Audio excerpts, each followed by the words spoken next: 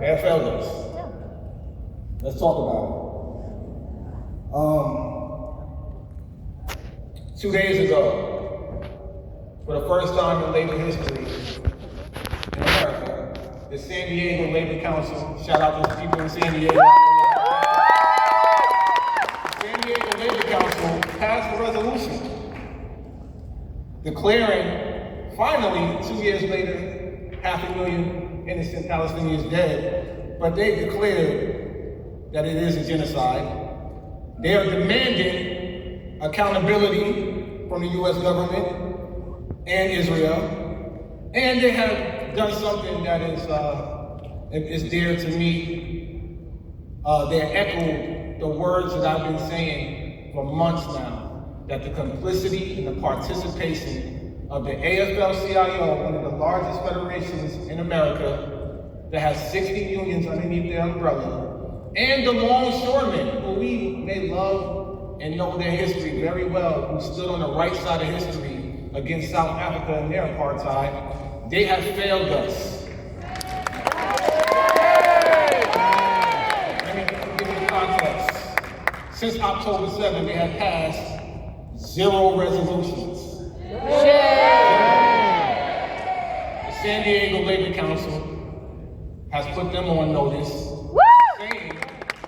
saying that it's a shame that they have done this. Not only that, they took it a step further. The AFL-CIO is located in Washington, D.C., across the street from the White House.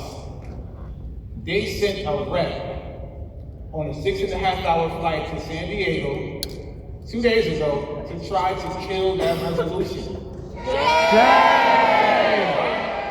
But guess what?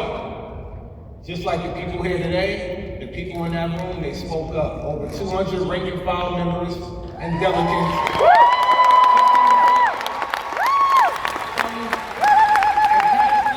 Resolution unanimously. So, power to the people, power to the workers, and that's what the power of people when we come together and do. But there's still work to do. A lot more work to do. As y'all know, this is just the beginning, right? Right. This is.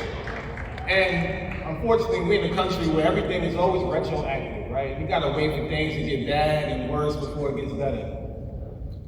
But we can't allow that anymore. We have to be proactive. We have to do more than what we've been doing.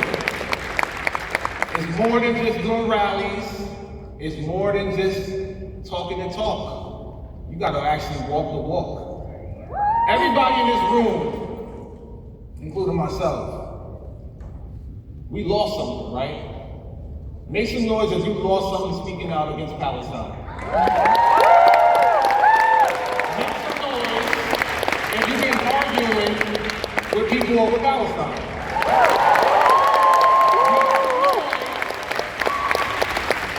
If you lost friends, family members, communities, but guess what? That just means that you're doing the right thing. Trust me, think of somebody like me who gets a lot of hate. When people are hating on you for the things you're doing, it's because you're doing the right thing. And you cannot stop. You have to do more. So I'll give you an example. October 7th, I was in Berlin, one of the largest communities for Palestine, outside of Palestine. 30 to 40,000 of them live in Berlin. I don't know why, but hey, it's easy on them, right? They're there. And I shared my experience. I saw how people were kept in, dragged away from their children, how they can't say free Palestine, they can't raise the Palestinian flag. And I shared that experience when I came back to America that same week when the genocide started. And overnight, I lost over 10,000 followers on Instagram, Twitter, whatever. And you know what I had to say in response to that? Fuck you.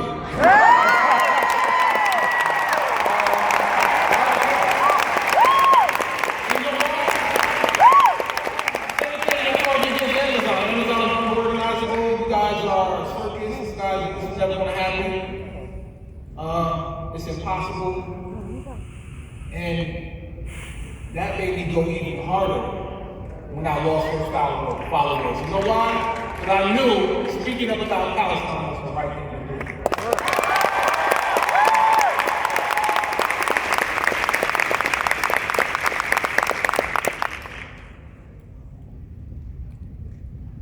We in some dark times, y'all. Dark times in humanity. So, as y'all know, I took this mission to go to Gaza, deliver humanitarian aid. But it's not about delivering humanitarian aid, it's about breaking illegal seas. Yeah. And y'all know about the assault that happened to me. I was tackled to the ground, knee in my back, twisted the arm behind my back. They used my chains to choke me to the point where I couldn't breathe. They separated me. From yeah, hold on. They put me in the room. They threw me up against the wall a few times, face first. They said some racist remarks. They said they did nothing like me, and they were talking about my skin color. And yeah, despite everything that I've been through, the whole time I was thinking about, this is just a fraction of what Palestinians are going through every day.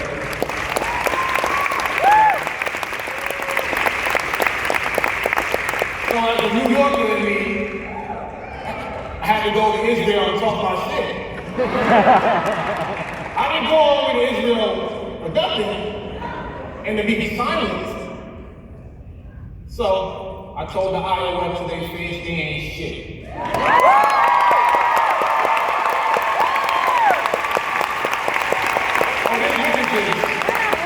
No, ironically, right?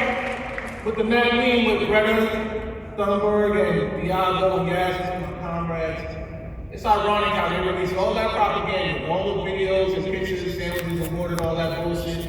But with the Handela mission, virtually nothing, right? Y'all ain't see any videos, pictures from Israel.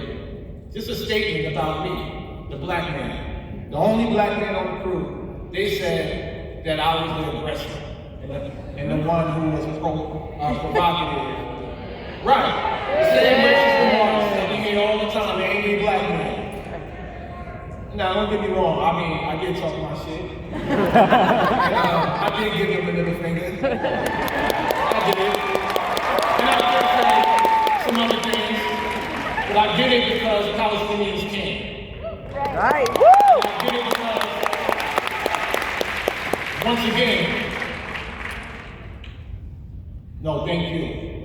The Palestinian people, they say, no, thank you for what I've done for the people. And it's like, no, thank you. Because Palestinians in Gaza have shown the world how to love and bring people together.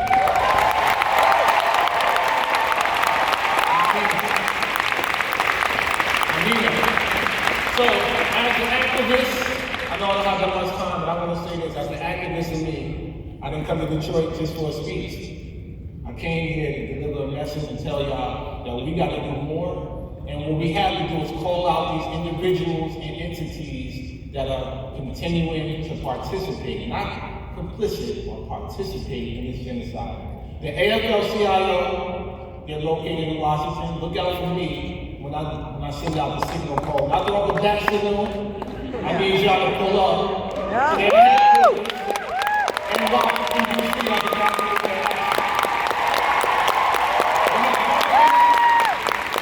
When our government said us, it's up to the people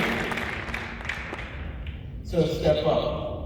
When people ask me, how the hell does I beat a $2.2 trillion company like Amazon and took on Jeff Bezos, who was the richest man in the world, making $13 billion a day, $9 million an hour, $5,000 a second? You know the answer to that is? How do we defeat these people and the evilness of the world? The power of the people.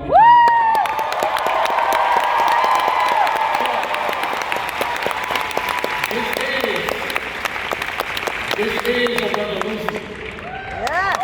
But the revolution starts with yourself. When you leave here today, leave here this weekend, ask yourselves, what are you going to do? What more can you do? How can you contribute to the movement? Now, yeah, could join the flotilla. Sure, but I can tell you this, as somebody who experienced that, I don't wish that on any of my comrades. We shouldn't have to put our lives on the line.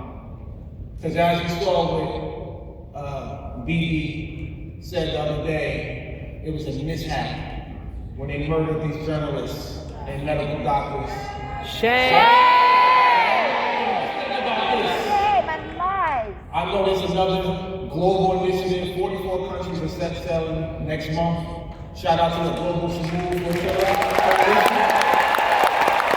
44 countries, thousands of volunteers, hundreds of people from around the world are planning to set sail. And I wish them the best, and I will support them every step of the way, whatever they need from me out there. But you know what? Just God forbid that Israel, who has no accountability, because 10 people were murdered on one of these flotillas in 2010. They have no accountability. They can murder anybody and say, oops. And we can't allow that shit. We have to make sure that we keep all eyes on the flotillas, all eyes on the people of Gaza, and all eyes on Palestine every single day, every breath.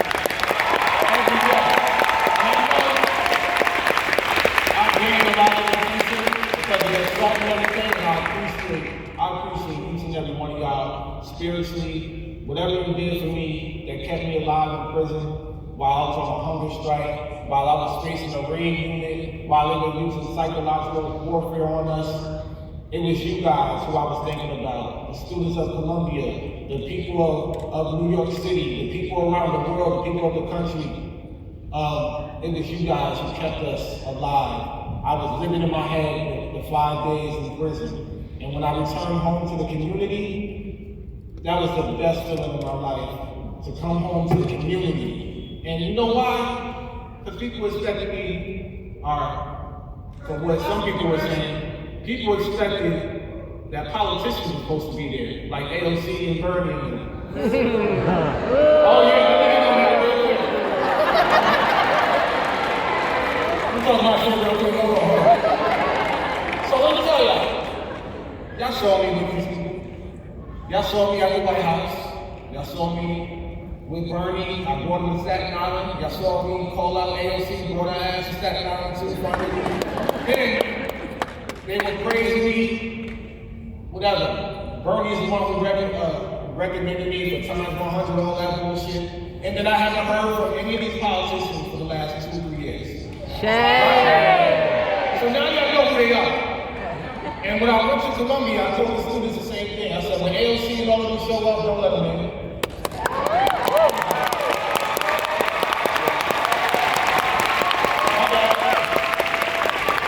Hey, look, as a labor leader, I'll wear that with a badge of honor. Because you know what? Somebody got to do it. I think we heard that from Kendrick Lamar, right? And they're not like us. And you know what? I could go on and on and on and on and on about this politics, but I'm not going to do that. We got to escape the two-party system. We got to put an end to the side.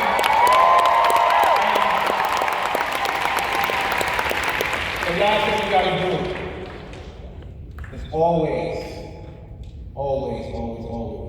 keep the people of Palestine first and foremost. And I ask y'all to do me one favor before I leave. Sing this song with me. Rise up real quick. I need this, because this is a powerful song that's resonating. And I shared this when I was on a $100 mission. Y'all may have heard it before. Everywhere we go, people wanna know.